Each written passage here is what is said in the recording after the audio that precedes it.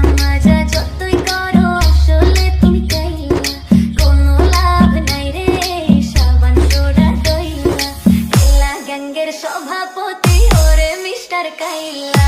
কাইলা কাইলা কাইলা যাইস না রে তুই চইলা, হাতের কাছে পাইলে তোরে কান্ডা দিমু মিলা।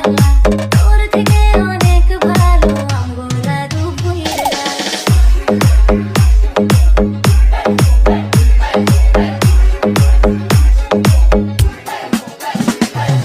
ডিজে ইউসুফ